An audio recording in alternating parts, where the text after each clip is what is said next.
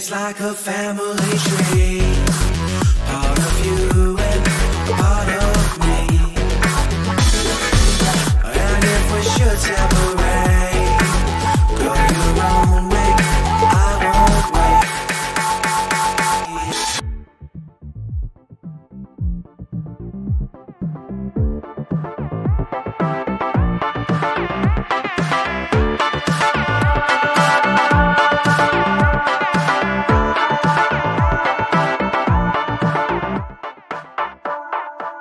Bring the funk back.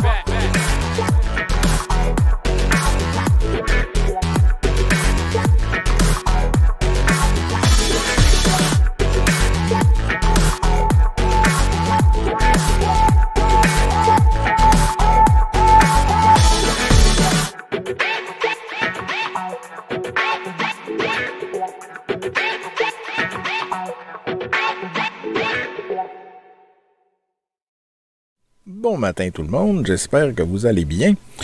Ce matin, je vais commencer, oui, on va faire un bilan de ce fameux 18e siècle. Un bref bilan finalement, parce que j'ai pas l'intention ni la prétention d'aller au fond puis de faire de la crimino de façon très scientifique. Mais pour vous, surtout, mon but, c'est de vous le partager, d'avoir du fun ensemble.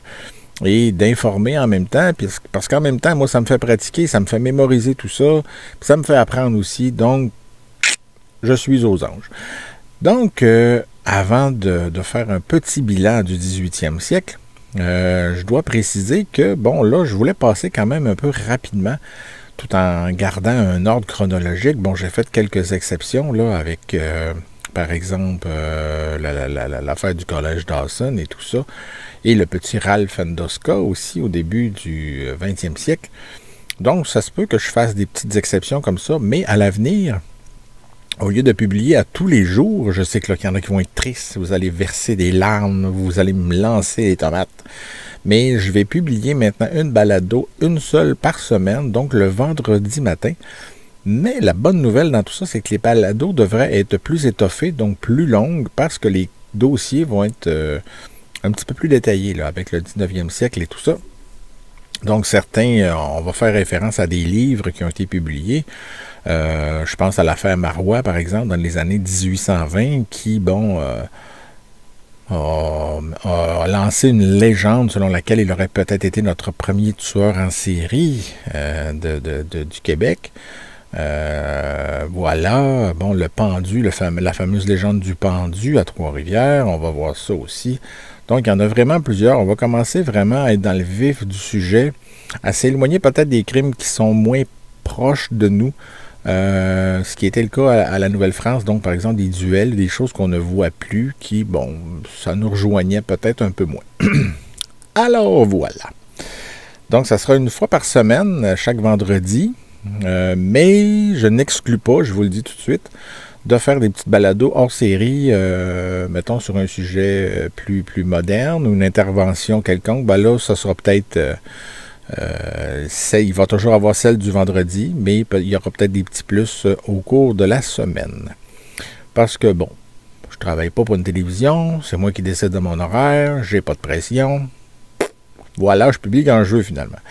Mais je veux garder un horaire quand même régulier et discipliné pour vous, justement, pour créer une habitude, pour que vous ne soyez pas trop déboussolé et que vous vous demandiez à tout bout de champ, ben là, c'est quand qu'il publie, à quelle heure, tout ça. Fait que j'aime mieux garder une constance là-dessus.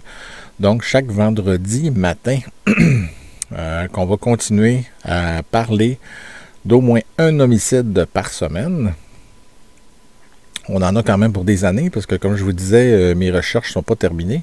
Et jusqu'à maintenant, j'en ai répertorié un petit peu moins de 3000 pour toute la période de l'histoire du Québec. On en a vu 43 dossiers pour la période du 17e siècle, excluant les fameuses 200 victimes du massacre de la Chine. Donc, ce qui fait 243, mais ça vient fausser les données, comme je le disais.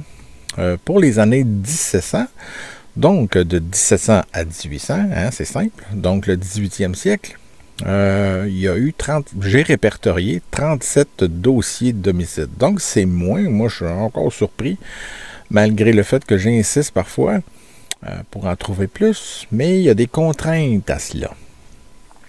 Ces 37 cas, là, c'est sûr qu'il n'y a pas de... On n'a pas vu de cas comme le massacre de la Chine qui vient fausser les données, donc des gros dossiers de 100, 200 victimes et tout ça, on n'en a pas vu. Il y en a peut-être. Il y en a qui vont me dire, bon, OK, il y a eu la bataille des plaines d'Abraham là, dans les années 1700, mais ça compte pas parmi les homicides. Pour ceux qui me suivent depuis le début, ça a été précisé que, bon, ce qui est militaire ne compte pas nécessairement parce qu'on s'en tient aux motivations criminelles. Et les motivations criminelles dans des batailles militaires, ben, c'est très, très, très différent. Il y a un contexte politique, un contexte militaire. Donc, bref, c'est pas des homicides à caractère vraiment criminel, là. Fait qu'on ne les compte pas. Vous allez voir que pour le 19e siècle, on va en avoir beaucoup plus. Là, j'ai fait quelques calculs à l'avance, sans donner de chiffres précis parce que ça peut changer. Des fois, j'en trouve encore des nouveaux. Donc, j'en ai répertorié à peu près 160 quelques là, pour le 19e siècle, excluant un gros dossier, donc ça va tomber à 300 et plus, parce qu'il y a un dossier dans les années 1800 qui comporte plus de 200 victimes en une seule fois. Donc, encore une fois, je le dis, on est prisonnier de cela, c'est que on ne connaît pas de chiffres. Bon, j'en ai 37 là, de répertoriés, 37 dossiers d'homicide pour le 18e siècle. Mais on n'a pas de chiffre officiel total. Donc, je ne sais pas, je ne peux pas comparer avec rien. Comme Statistique Canada va commencer à le faire en 1962, mais là, il faut être patient, on n'a rien. Donc, je ne peux pas comparer le nombre d'homicides que j'ai trouvé sur le total dont il y a eu. Donc, je ne sais pas c'est quoi mon pourcentage. Alors, le pourcentage, là, que vous me compreniez bien, est-ce que je suis à 80%? Est-ce que j'en ai trouvé 80% des homicides ou seulement 20%? Je n'en ai aucune idée. Ça va changer, ça aussi.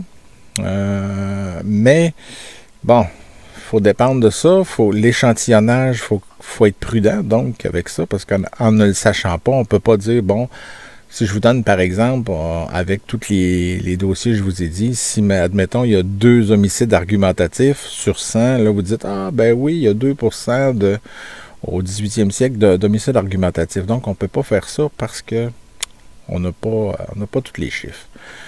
Ce qui est positif, en tout cas, je pense, là-dedans, c'est qu'on voit une certaine évolution. On voit que le meurtre ou les homicides argumentatifs sont là depuis toujours.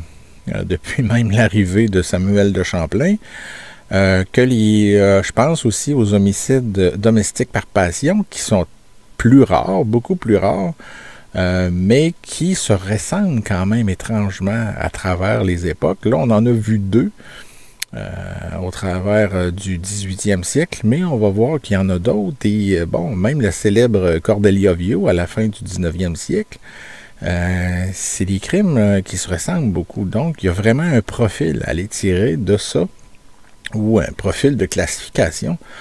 C'est quand même très intéressant. Le néonaticide aussi, on l'a vu, on a fait même une balado spécifique là-dessus.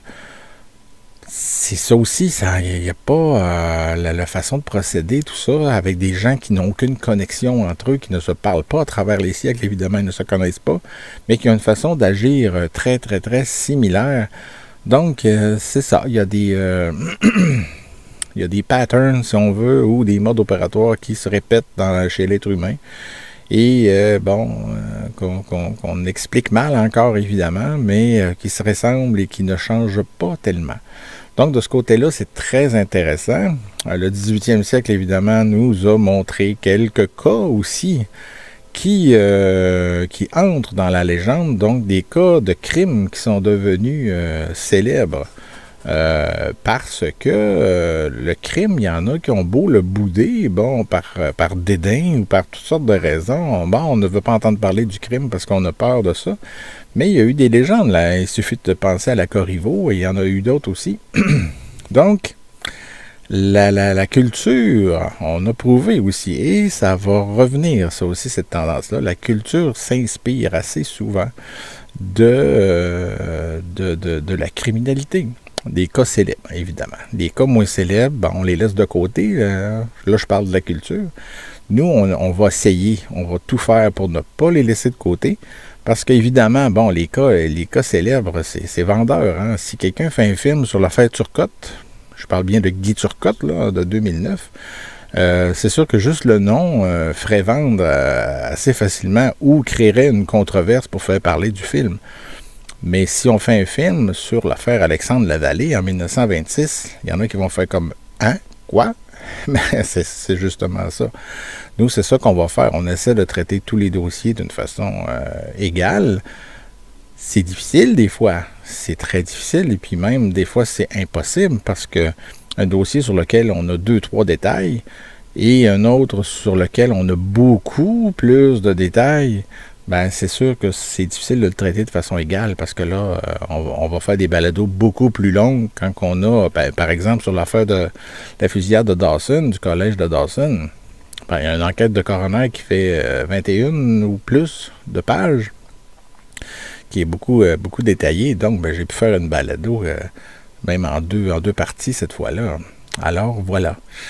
Et là, c'est vrai, on entre dans le 19e siècle, et qui dit entrer dans le 19e siècle, ben vous allez voir que le prochain cas, 1901, le fameux cas de Joseph Poiré, qui était l'accusé dans ça, est un petit peu plus étoffé parce qu'on a publié un texte à l'époque, et qu'on vendait même, on a annoncé dans les journaux. À mon avis, c'est le premier cas sur lequel on a écrit l'histoire du procès à l'époque même du procès et qu'on a vendu au public. Donc, on a vu ça des fois dans des westerns ou les Lucky Luke, là, je sais plus trop, là, quasiment des comics là, sur Billy the Kid de Jesse James. Mais donc, ça se faisait avant aussi. Là. Donc, c'est une tendance qui existait de vendre des livres sur des faits criminels, si on veut. Donc, ça existait beaucoup avant le Far West. Peut-être moins populaire ici, mais on a la preuve que ça existait quand même avant.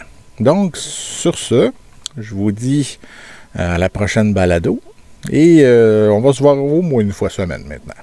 Merci beaucoup, bonne journée.